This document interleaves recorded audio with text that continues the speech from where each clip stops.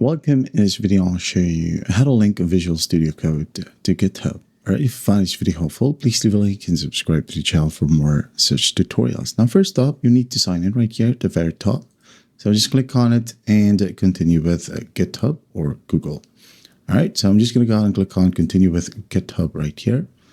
And then I'm going to log in with my GitHub account. So please give me a moment.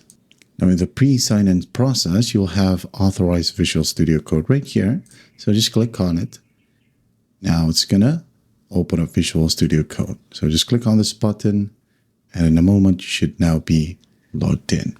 All right, so close the browser if you want to. And then after that, when you go ahead over to settings right here, it should now be syncing. When you go ahead over to backup and sync, enable them all. And then click on sign in, continue with GitHub. All right. Continue. There you go. Open.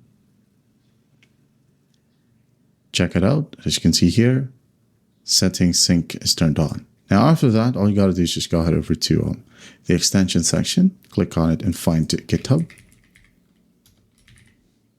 And then here we are going to find the pull request to GitHub extension, this one.